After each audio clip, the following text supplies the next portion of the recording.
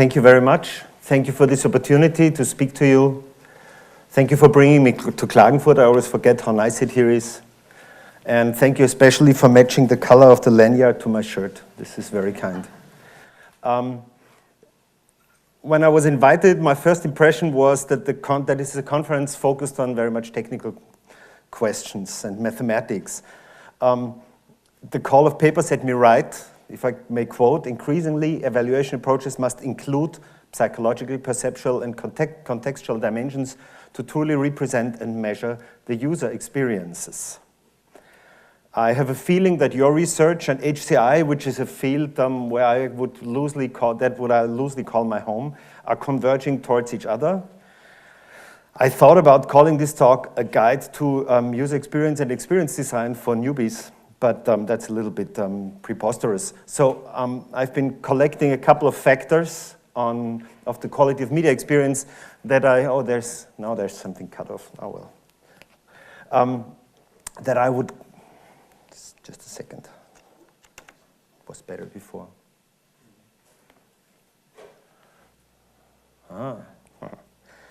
That I observe from my position in experience design and user experience and maybe also game design and interaction design. While I cannot guarantee that this will help you in your research, that again would be presumptuous, I will try at least to be stimulating, provocative, and maybe even entertaining. In this, I will raise a lot of questions. I don't have many answers, so let's see what we get. Number one, communities. In the last couple of years, a lot of the quality of media experiences come from spontaneous, self-organizing social communities. So when people watch something like this, or when something like this happens in media, people spontaneously go off one of their main communication channels, like social media, Twitter, Facebook, or whatever, in order to avoid seeing spoilers of what is going to happen in the next episode they can only see in the evening because they don't have time to watch it in the morning, and things like that. This was a cut from Lost, which was one of the first TV programs ever to incite such an intensive community. There was Lostpedia. Lostpedia has 7,000 pages written entirely by viewers of the program, 25,000 registered users, 150 million page views. It grew during the original broadcast of the series in the US.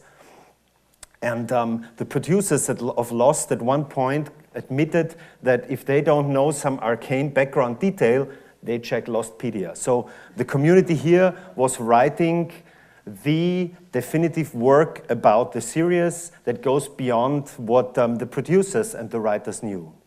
This is, of course, the people at ABC recognized what is happening here, and they tapped into this potential. They created several alternate reality games, the final one being Lost University. And at Lost University, you could, for example, learn about the physics of time travel, but not some thought-up fictional physics, but real, actual stuff. So there was some converging of a couple of very interesting things happening, and being part of this community and watching Lost while it was happening was a very interesting experience, all in all, that enhanced the pure, I sit down and watch the video very much. Media experiences are determined by the way those communities form and work. Unfortunately, we don't know how they form. There is no proven way of letting a community happen. This happens from time to time, and at other times it doesn't. But what it leads to in some cases is what Linda Stone calls the continuous partial attention, and I think this is one phenomenon we all have to pay close attention to. That's interesting, huh? We have to pay close attention to continuous partial attention. So that means that if you have this, I think it's now called the second screen experience, and this of course diverts attention from the main experience itself. I started with the shorter effects and come later to the longer ones, so that's already number two. This is what I call placebo effects. Of course, you know placebo. It's this phenomenon that you can sometimes give people like sugar as a medicine, and it has actual effects.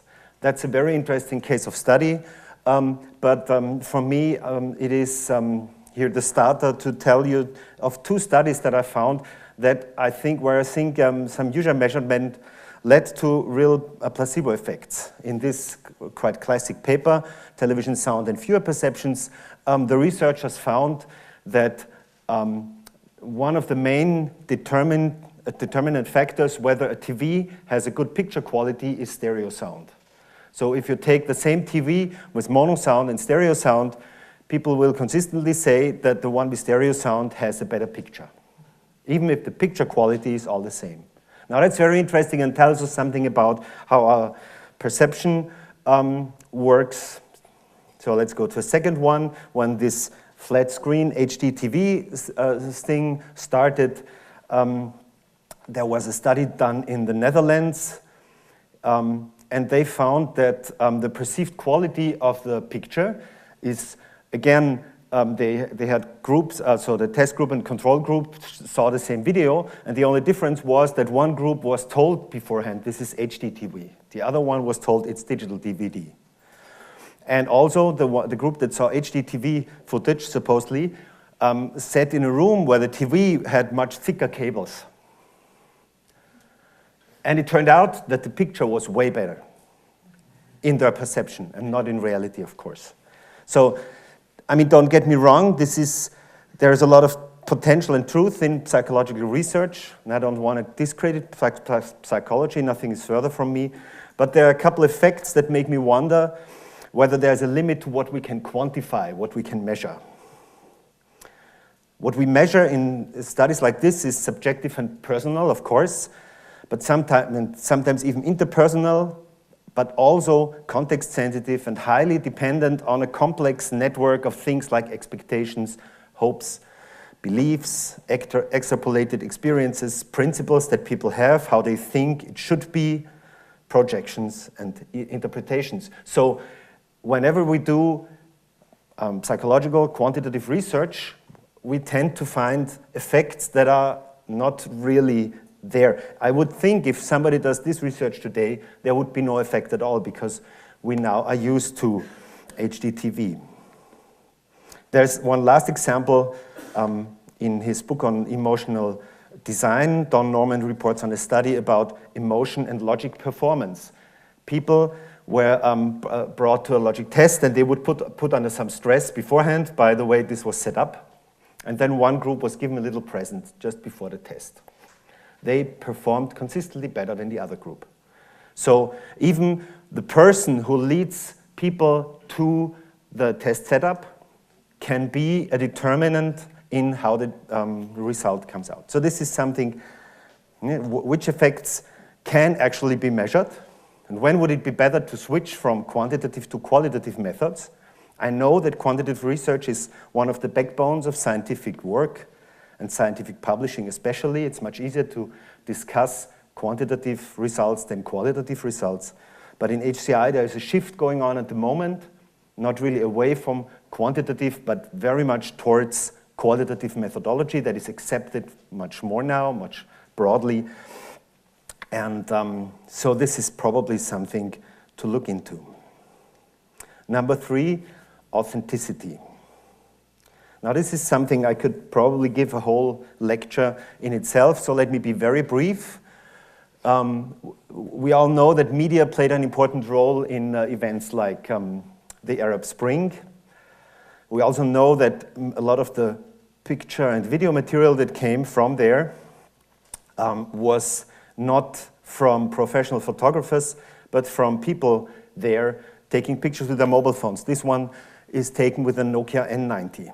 And of course, with the fact that those cameras not only make mediocre pictures, and in most of cases, very bad video, but that also all the other circumstances in the chain from the device to us leads to a degradation of quality.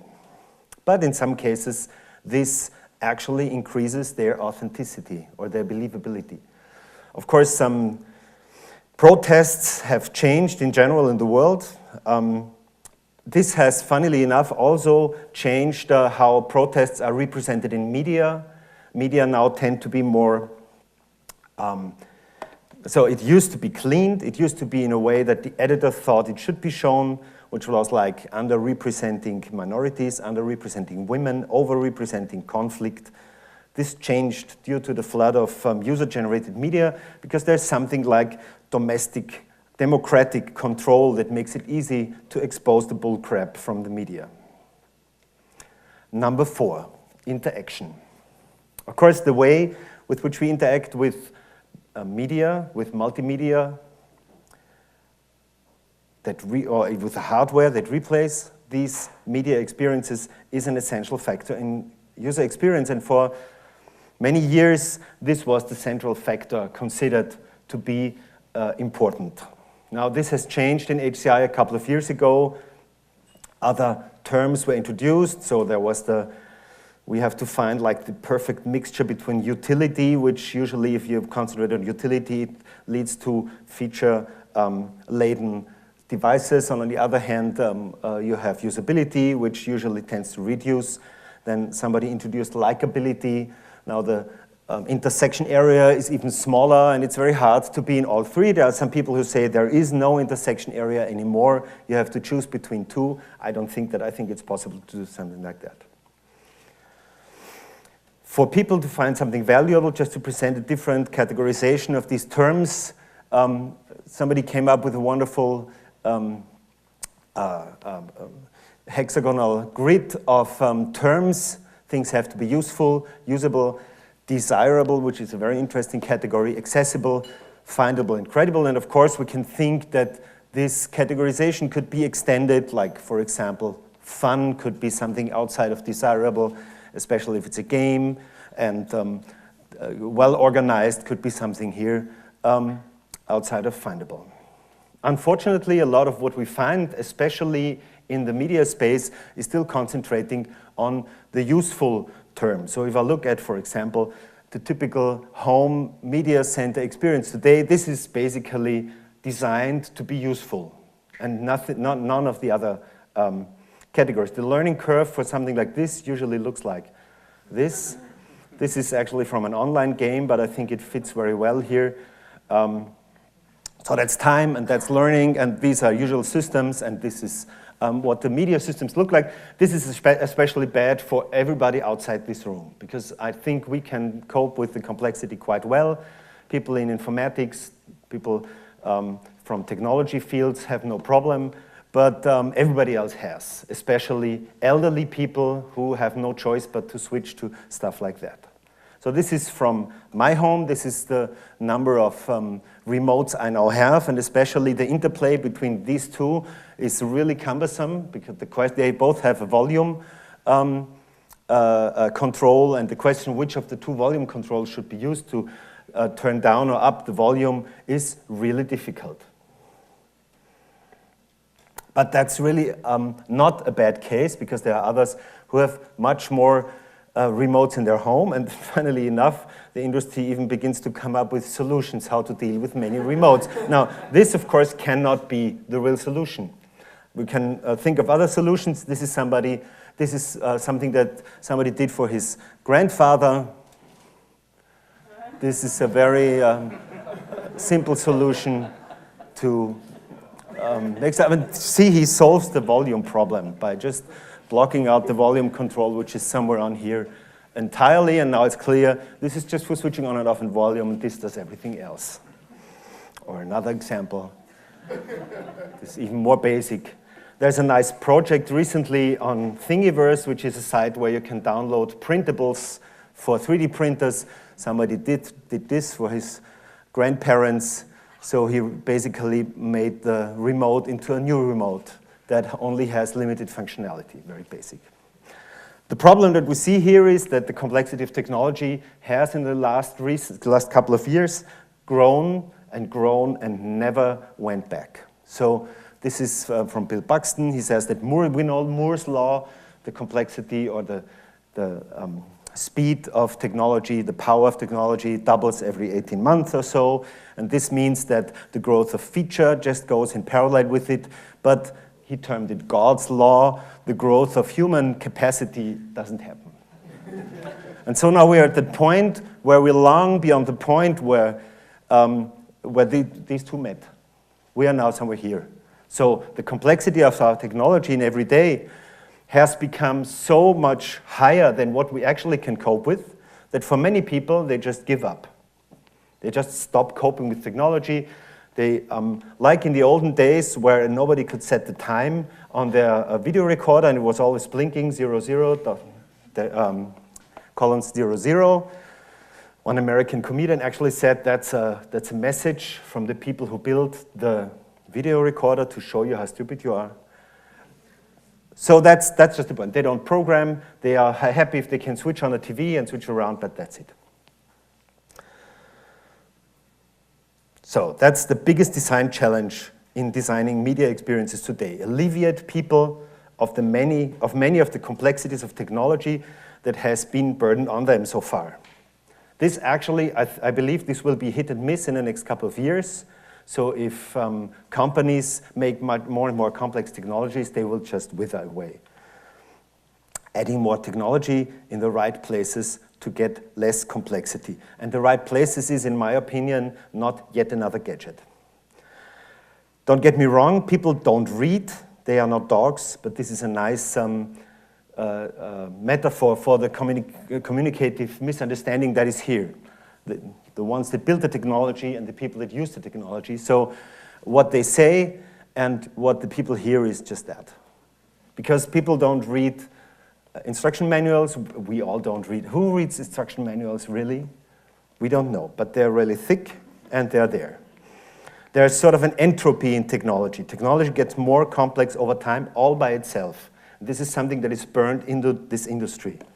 That is why technology by itself is, for example, never converging. You remember the video recorder? Did it ever record audio? Which would have been an awesome idea of converging two devices into one. No, it didn't.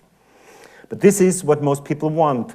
Technology is converging until they become so transparent they don't even notice them anymore. And when this transition between different systems happens, it should happen by itself. I enter my car with a call on my cell phone. The car takes over the phone call into hands-free mode. And when I arrive and leave the car and pick up the phone and put it to my ear, the call is in my phone again. That's not the way it works. But actually, when you think about the technologies needed, this is not difficult. But this is what nobody does. This is a whole different view on user experience than what most companies do. So Bill Buxton says that technologies reflect human needs and human capacities, and in that way, it's a distorting mirror, because it is not designed by the people who have these actual needs and the capacities, but it's built by people with different needs than most other people. And there's actually a very nice paper, Why Good Engineers Build Bad User Interfaces, from the 80s. And it explains that people who are engineers have a different type of thinking, a different style of reasoning than everybody else in the world. And when they build interfaces, they will more or less automatically fail if they don't understand that they need to shift their position into the position of the user, the future user. So, the less every new product, every new media experience is a distorting mirror, the better it will be as a product, and the more it will adhere to the interests of its users. I always bracket users because I don't like that term. It's people, but users qualifies them a little bit as those on the other side, because it acknowledges the human as the ultimate reference. It's a little bit like this picture from Leonardo da Vinci, the human as the ultimate reference, and we forgot about that when building technology a very long time ago. But this is the path we're on. This will happen. It has a lot of meanders. So at the moment, I think the meander we're going through is that many businesses see, or many companies see the user or people in general more as a business case than as a consumer or a user. And they have to leech all the data they can get from the user or the consumer in order to be successful. This is, by the way, one of the reasons why I think ebooks don't really sweep the market. So, if we look now at the media center again and use this metaphor of the distorting mirror, what is the image that we get back? Something like this. So this is what we are if we use these all too complex technologies, or something like this. People who love to do that, who love to juggle multiple remotes, maybe something like this. So, but the point is that this is the same as it was 30 years ago, but Today, the context is different. As we have moved beyond this complexity curve, beyond the human capacity curve, the complexity of everyday technology has grown to an extent that every product, every new experience, every invention can only be successful if it reduces this complexity. And this explains, to me, very much the success of the iPad. This is all it did. It reduced the complexity of everyday things. This is the the trend in technology. This is what many who innovate in technology think they should pursue. But the funny thing is, this happens anyway, if you pursue it or not. Faster, cheaper, smaller, and more. Let me give you a little example. Let's say I have this picture on my phone, and you like it really. I have it on my phone. Maybe you like it. It's from Minimundus, actually. It's not the original temple. It's from Minimundus, but I think it's a very nice picture. So, and you like it, and I want to share it with you. And I want to share it with you without giving away my personal details. Not because I'm paranoid or anything, but just because it's much easier if I don't, at the same time, have to give you some personal information about me and email or whatever. I just want to share it with you. This is a very simple task. This is a task that is almost every day. Yet our technologies just ignore it.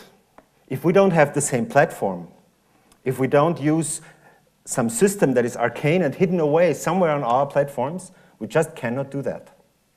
There are huge barriers in understanding why people use technologies on the side of the people who make these technologies, what they want to use it for, and even if it was possible, it will not be findable.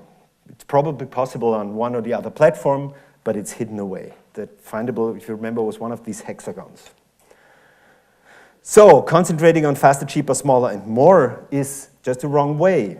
If you look at technology through these glasses of what people actually do, who does what, when, where, why, how, and with whom? With whom? Social. That changes the priorities quite substantially. Smaller, faster, cheaper is inevitable. More happens anyway. Human-centeredness makes extraordinary and exceptional products.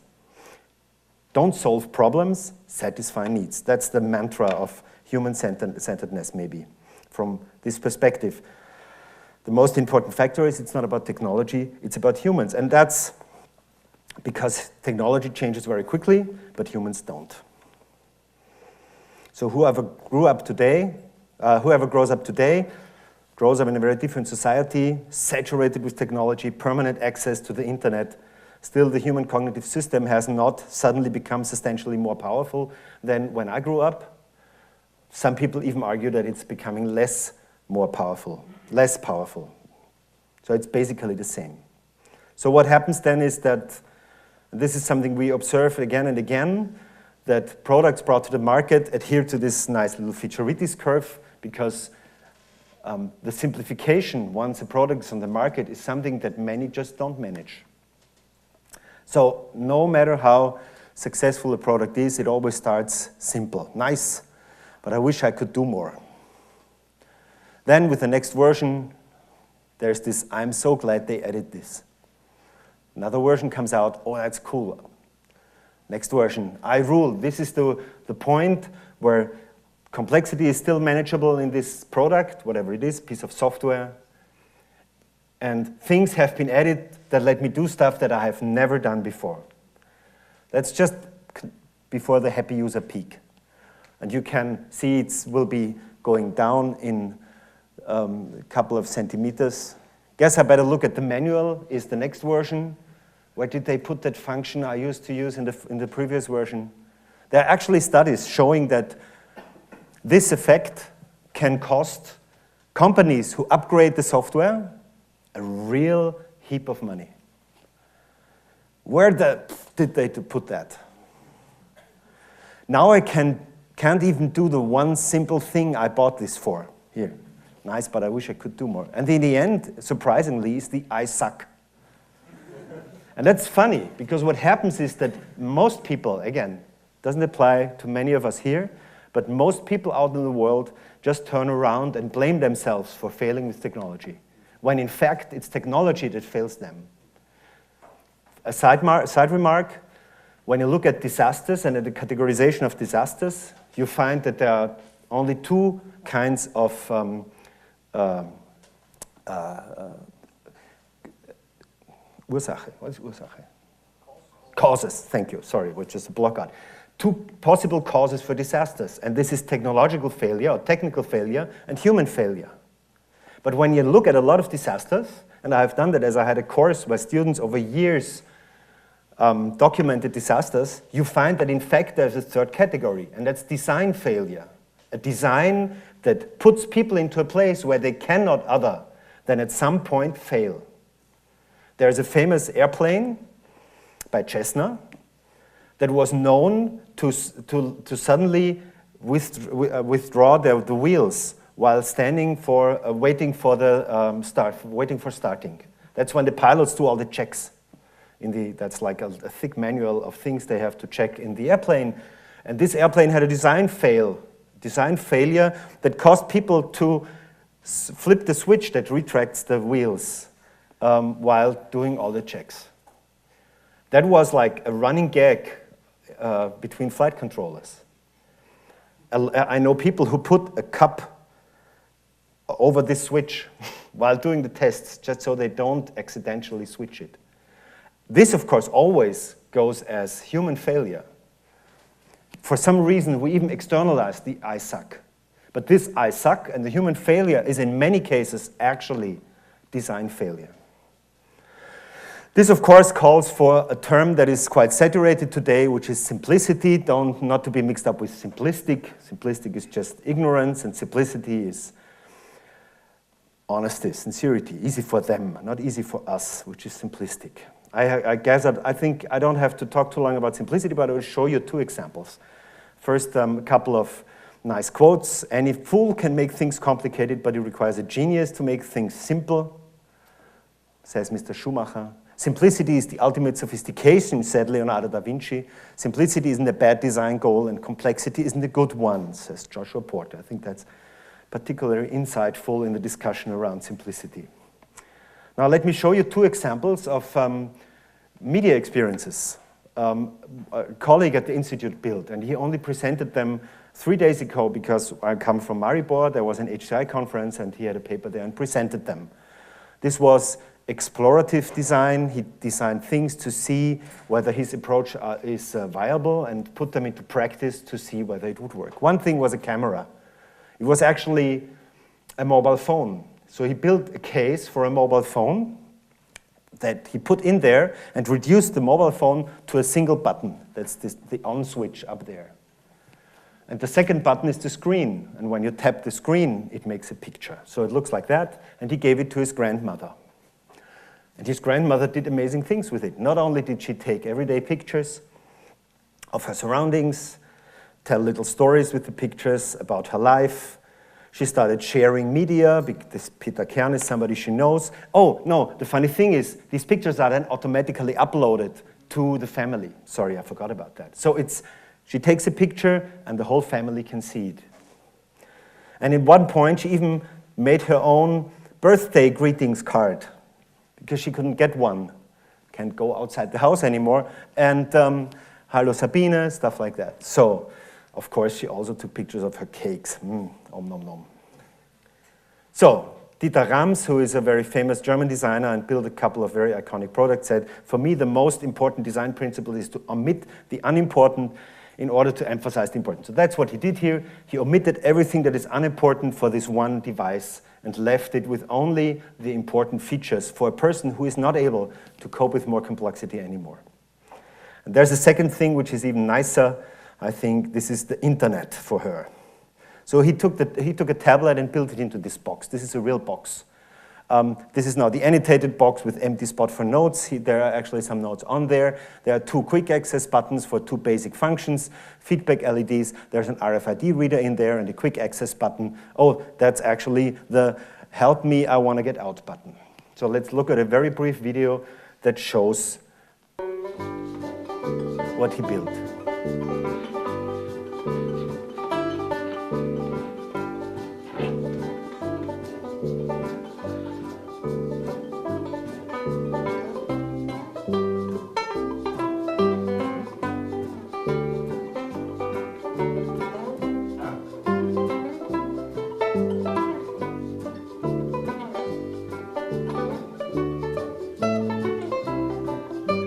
can see he made that video for the conference in Maribor.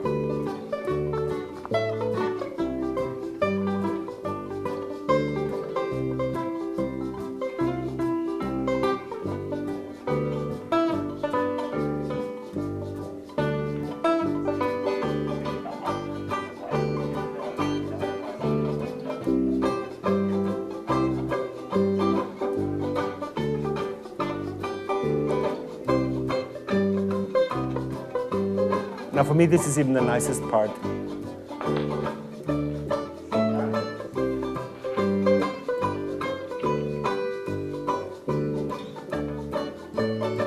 So she has a weather forecast card. And when she holds it over the RFID reader, she gets the weather forecast.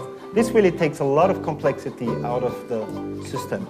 You can even think about the possibilities to make it in a way where the URL is not on the RFID tag, but just an ID, so you can configure it elsewhere, and when the weather service requires an URL, you can just do that.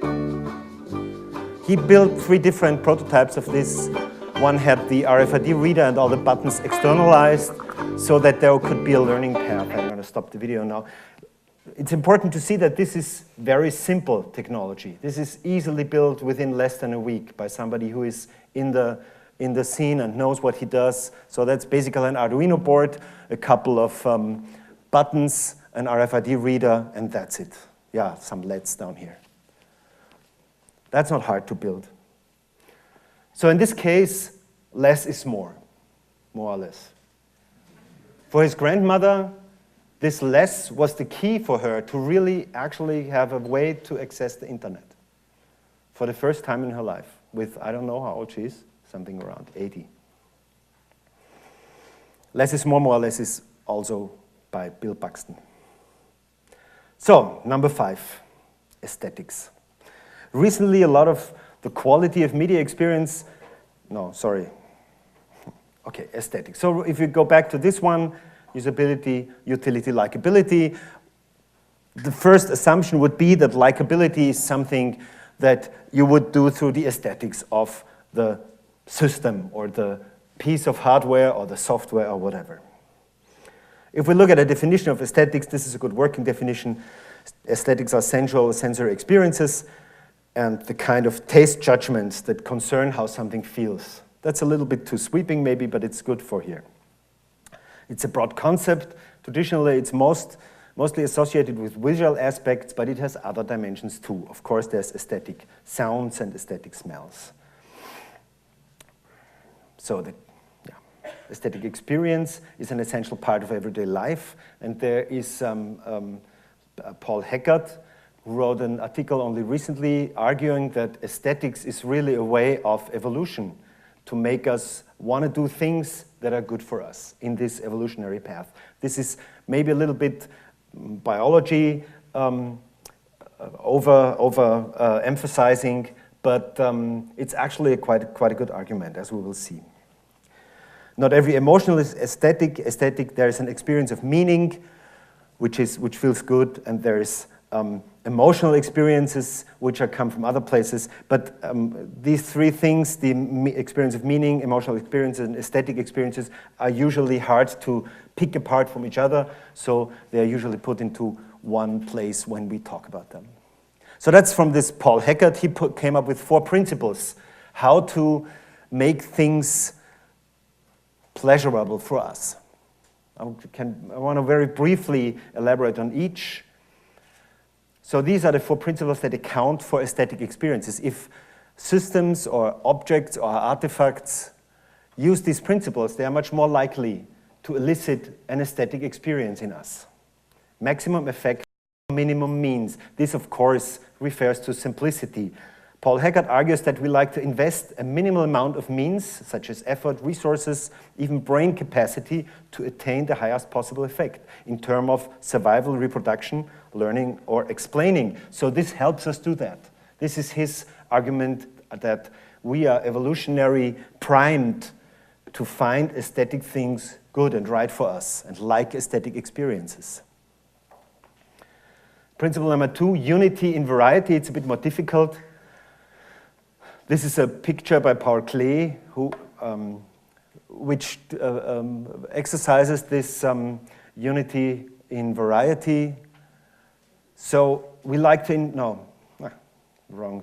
Like grouping, some of these unifying mechanisms are known, like the Gestalt laws, which you probably know, of perceptual organizations, such as symmetry, good continuation, closure. This is what happens here. So we like it that it's aesthetically pleasing, that the picture is not made up of all different things. We would call it a heap of crap, maybe, but actually repeating sequences of the same things. As you can see, there are the windows are all the same size. They're even the same size as the people, approximately. But then there's this house which breaks the unity and so adds variety again. So that's unity in variety. Principle 3 is most advanced yet acceptable. So on the one hand, we prefer the most typical examples of a category to untypical examples of a category. If a design is too much deviating for what things or systems look like, we don't find that aesthetically pleasing. We can find it otherwise interesting, but not aesthetically. So if you take something like this is a house in Prague built by Frank Gehry. It's called Ginger and Fred, and it's also known as the dancing houses. I like it very much. I find it aesthetically pleasing, but then I'm a little more risk friendly than other people are. So we have on the one hand the safe choices, which we prefer because this makes evolutionary sense, but on the other hand we want to learn new things. So we deviate from the safe choices, the known things, to risk the unknown. So we're attracted by new, unfamiliar, and original things. At the same time, we prefer the typical examples of a category. And these two have a balance. And when this balance is hit in the right way, this elicits an aesthetic experience.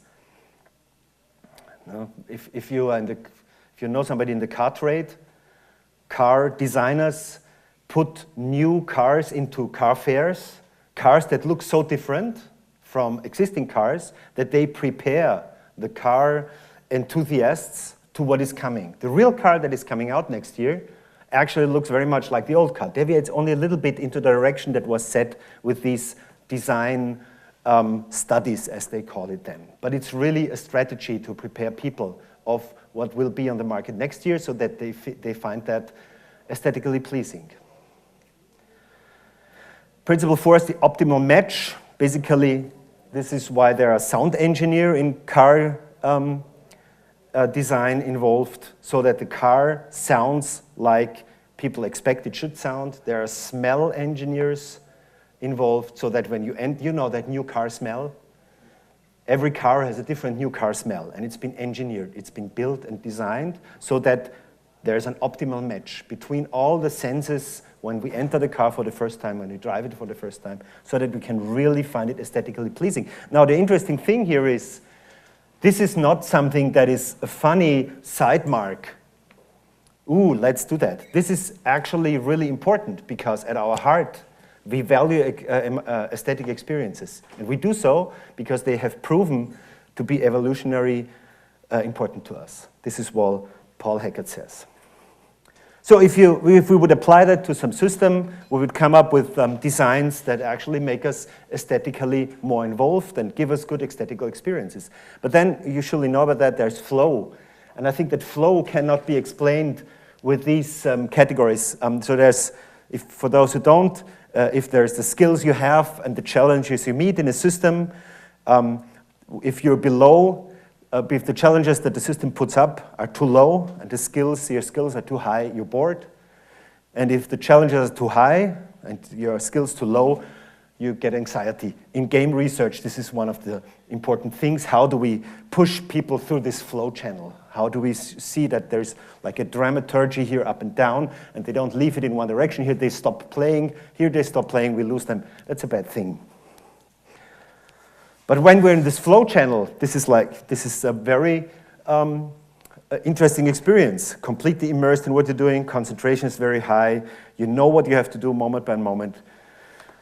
And this is actually a very aesthetic experience, and it's not explained by visuals or sound alone. So Löfgren says it's not the visuals, it's the user. The user's aesthetic experience lies in the interaction. And that's a very interesting, quite new concept, not even 10 years old, the way in which systems behave and respond over time in interplay with the user. To put it simply, when we talk about aesthetics, we need to talk about look and feel, and not merely about look. And the idea that in the interaction there's an aesthetic value in itself, that's a very interesting one. So he proposed this idea of interaction aesthetics and actually came up with a couple of terms: pliability, rhythm, dramaturgical structure, fluency, control, etc., that explain this. So there's a map of terms that he made. Use qualitative digital design. I think this is one of the very interesting additions to HCI literature in the last couple of years, and actually this is something that has sparked off a new small area and a new discussion in HCI. How can we think about and value aesthetic experiences beyond just psychology or beyond this triangle, usability, utility, and likability? So let me just give a very brief example. There's pliability, which is the one experience that is most easily to explain. It refers to the user's sense of shaping a malleable material in a tight loop of action and response. A couple of years ago, that was the Viennese map service. So in Vienna, you had from the city of Vienna, wien.at, you had a map service where you could find addresses and have them circled and move around. But to move around, you had to use these circles, these arrows. There was no drag and drop or direct manipulation of the map. If you wanted to see what is here, you had to press this button, and the whole map would be pushed into the other direction. Or was it this button, because it's pushed in this direction? I can't remember, but this is one of the problems that come with these indirect manipulation things. You could also click here into a large city map. So this was very slow. To get a new piece of map was maybe 20 seconds, because it was generated for each request newly from a server that was somewhere, and it was neglected and it was slow. Then there came Google Maps.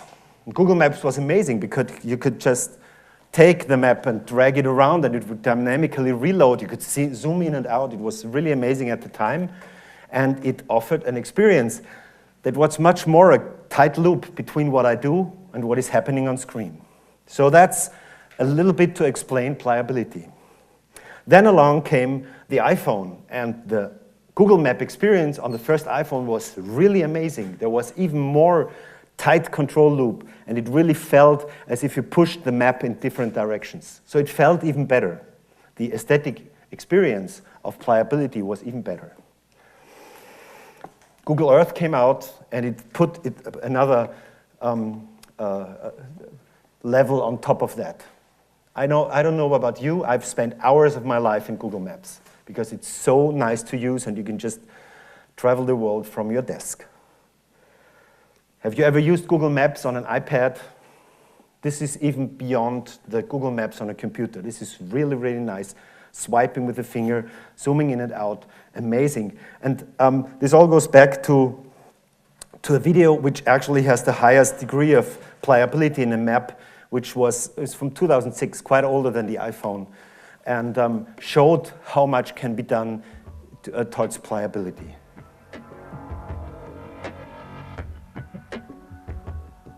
This is where interaction just becomes completely natural. You don't even have to explain to anybody how to use that.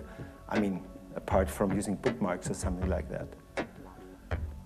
This is more or less how it works on the iPad, but the fact that it's this large screen makes it even more interesting and more directly connected with what you do, because you work with two hands.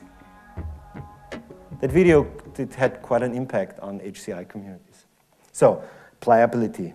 It refers to the user's sense of shaping a malleable material in a tight loop of action and response, and it's an aesthetic experience. And this is actually something that can be kept in mind when designing things. People just like this feeling of control over the system, over the interaction. There is another concept linked to this, which I never managed to translate, which is this Selbstwirkungserfahrung or potential, maybe Selbstwirkungserfahrung. So if I try to translate, it's like the experience of agency or the effective experience. You feel that you can do something. You are effective. And this is one of the main feelings that make us human tick. So if I go back to say, let's make technology human-centered, then I more or less say, let's give people in the systems we build this Selbstwirkungserfahrung. And this is the complete opposite of what's happening in these systems. So, 6, and lastly, is sharing. So I come back to this picture. I want to share a photo. We've already found this is almost impossible under the current circumstances. But it becomes more difficult. If I remember the grandmother of Florian, who shared this newspaper article. Now, if she wants to share these newspaper articles with more people than just her immediate relatives, then she, of course, would get into trouble. This is the iPad with a Wired magazine. I want to read an article, and I found some piece of the article very interesting and want to, let's say, tweet it. Then I find out that this is impossible, because this is actually not text on a screen. This is a picture of text on a screen. And it's completely impossible to take a piece of text from somewhere and tweet it. Obviously, so what I could do is something like go back a step to old media. But as I found out, when you take a photocopy of an iPad, it comes out something like this. It actually works better with the Kindle, where photocopies work quite well. And if you Google image search for sharing, then you find all these nice pictures of kids and the association, sharing funny, people sharing, kids. Here, sharing is caring. This is one of these American, I am sharing life. But if you Google for media sharing, you actually find a little bit different associations like file sharing and music piracy, and you find things like this. So there is something going on that we are being taught to share as much as we can, but once it comes to media, we should better stop sharing, because this is wrong. By the way, when I loaded this page for the screenshot, there was an additional message in response to a legal request submitted to Google. We have removed one result from this page. So you can see what is going on here. But it's a fact. We learn to share, and we do actually share. People, this is again an evolutionary advantage over other animals. You can find it even with chimpanzees. We share what we love. And if we can share stuff without giving it away, even better. So what has happened is that copyright law that was once relegated to the legal hinterlands has now taken center stage in recent years. Copyright law is of direct importance to the hundreds and millions of individuals. This is a very interesting article because John Turanian here describes how a fictional professor, John, which of course is he himself, violates something like 80 instances of copyright in a normal day without doing anything deliberately wrong. And he not only shows it with, this could be a copyright violation, but he shows it by enumerating all the lawsuits that have already been fought out and people found guilty over the instances of stuff, of innocent everyday stuff he's doing. So even if you don't download music or videos or TV series or whatever from the internet, which I suppose many of you are doing, but I don't care here, even if you don't do that, you violate copyright in multiple instances every day. So something is wrong here. And what we can conclude for media experience is that copyright has become a major influence on media experience. It takes several Blu-ray is an amazing format with an amazing picture quality, but it takes minutes to start the Blu-ray DVD until the video actually shows, because there has to go some checking on behind the chain of devices. I don't know.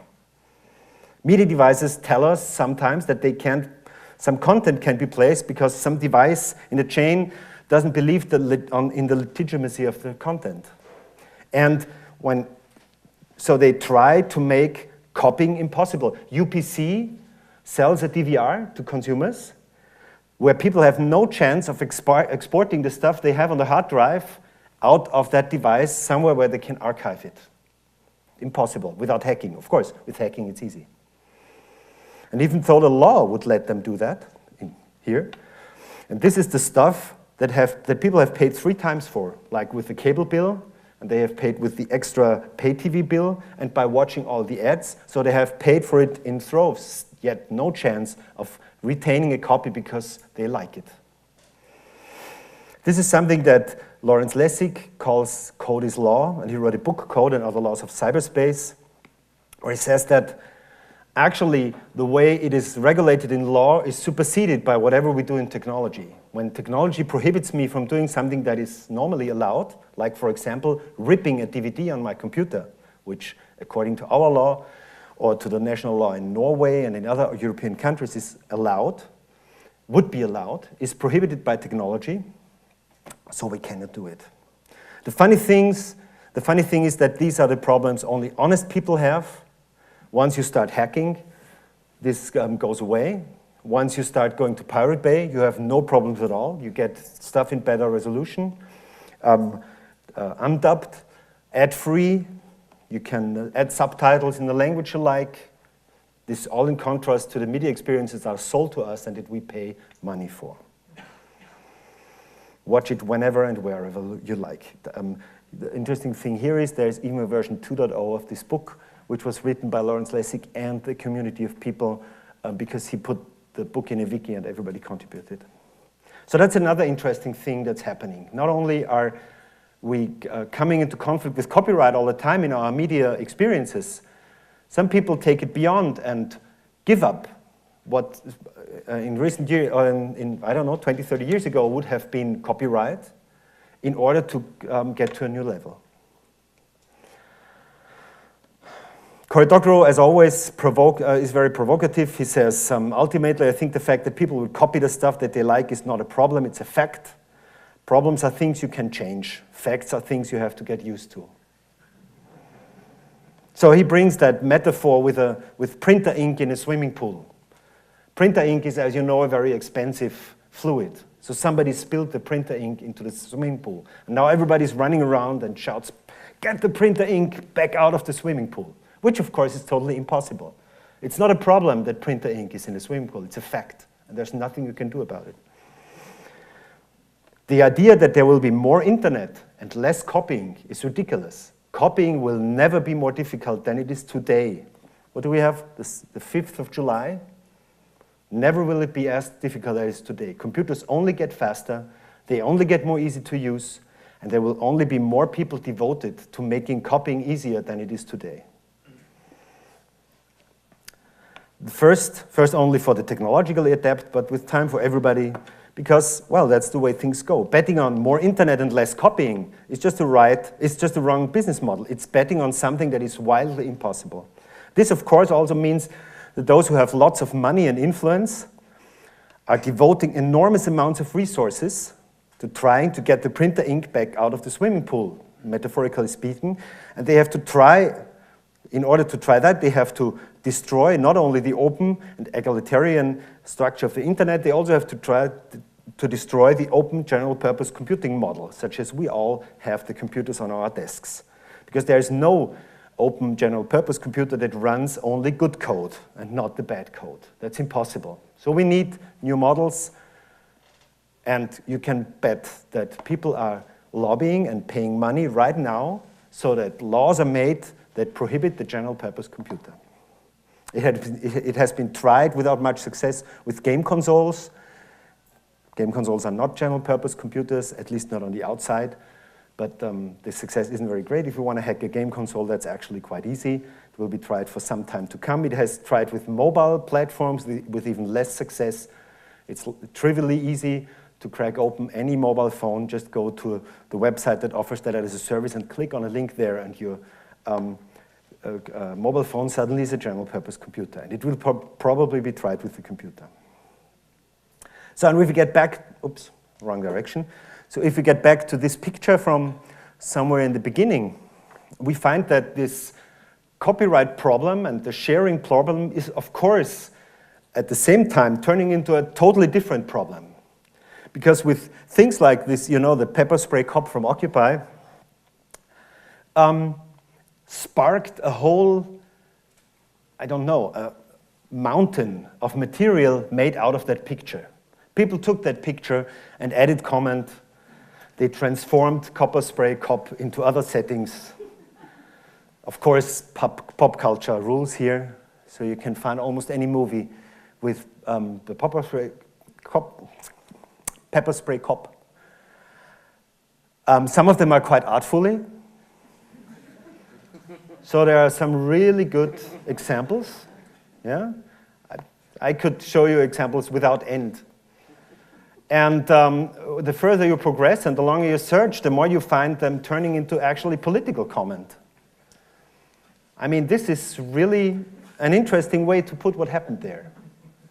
Or this one.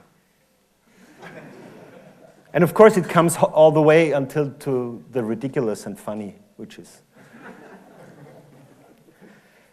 But the interesting thing here is that, of course, each of these pictures is a copyright violation. Funnily enough, we know the person who took the picture of the pepper spray cop. She doesn't get anything from the success of all these other pictures. But there's a community of people just making it and doing it. So if you ask, how can they do it? And why did they get away with it? That's almost already the answer. They do it because they can, and they get away with it because they do. Because there's no way of getting the printer ink out of the swimming pool again. And this way of dealing with media content is not only inevitable, it's actually something that we should actively encourage. And there's a lot of this community building to be had within allowing this kind of work with media. So back to John Duranian. Copyright law is playing a profound role in shaping our very identities. Of course, all these pictures not only tell something about society or make a funny joke, they tell something about the person making it. Copyrights regulation, proprietarization, and monopolization of cultural content determines who can draw upon such content in the discursive process of identity formation. And what he describes here very colludedly and hidden is that we're in a process of reversing something that happened around 100 years ago when mass media came up, where we turned from a read-write culture, where everybody who wanted to have a piece of culture had to actively contribute to it. You couldn't hear music because there was no radio, there was no television. Oops, gravity was there then. But if you wanted to hear music, most of the time you had just to produce it yourself, like Kammermusik, or singing in front of the house in the evening, playing with the guitar, singing along, whatever. Most music that was consumed was at the same time produced by those who heard it. We were a read-write culture, and we turned, via mass media, we turned into a read-only culture. And the internet is now facilitating something that is reversing this. And the interesting thing is that this collides, of course, with the business model of all mass media. This is probably one of the reasons why they respond so angrily and with so much lawyer force. But this is something that will inevitably happen. So we come full round. This was the first video. Lost was one of the most copied series at its time, trumped, of course, by King of Thrones, but who also don't have much of a problem with it. The Lost producers never had much of a problem with the widespread copying of the series. It was commercially extremely successful, maybe not despite, but probably because of the widespread distribution. On the other hand, it has profited from its consumers who have self-organized to create one of the most interesting communities around the TV series so far. A community that probably would have looked very different without all the sharing and copying. So, thank you for your attention.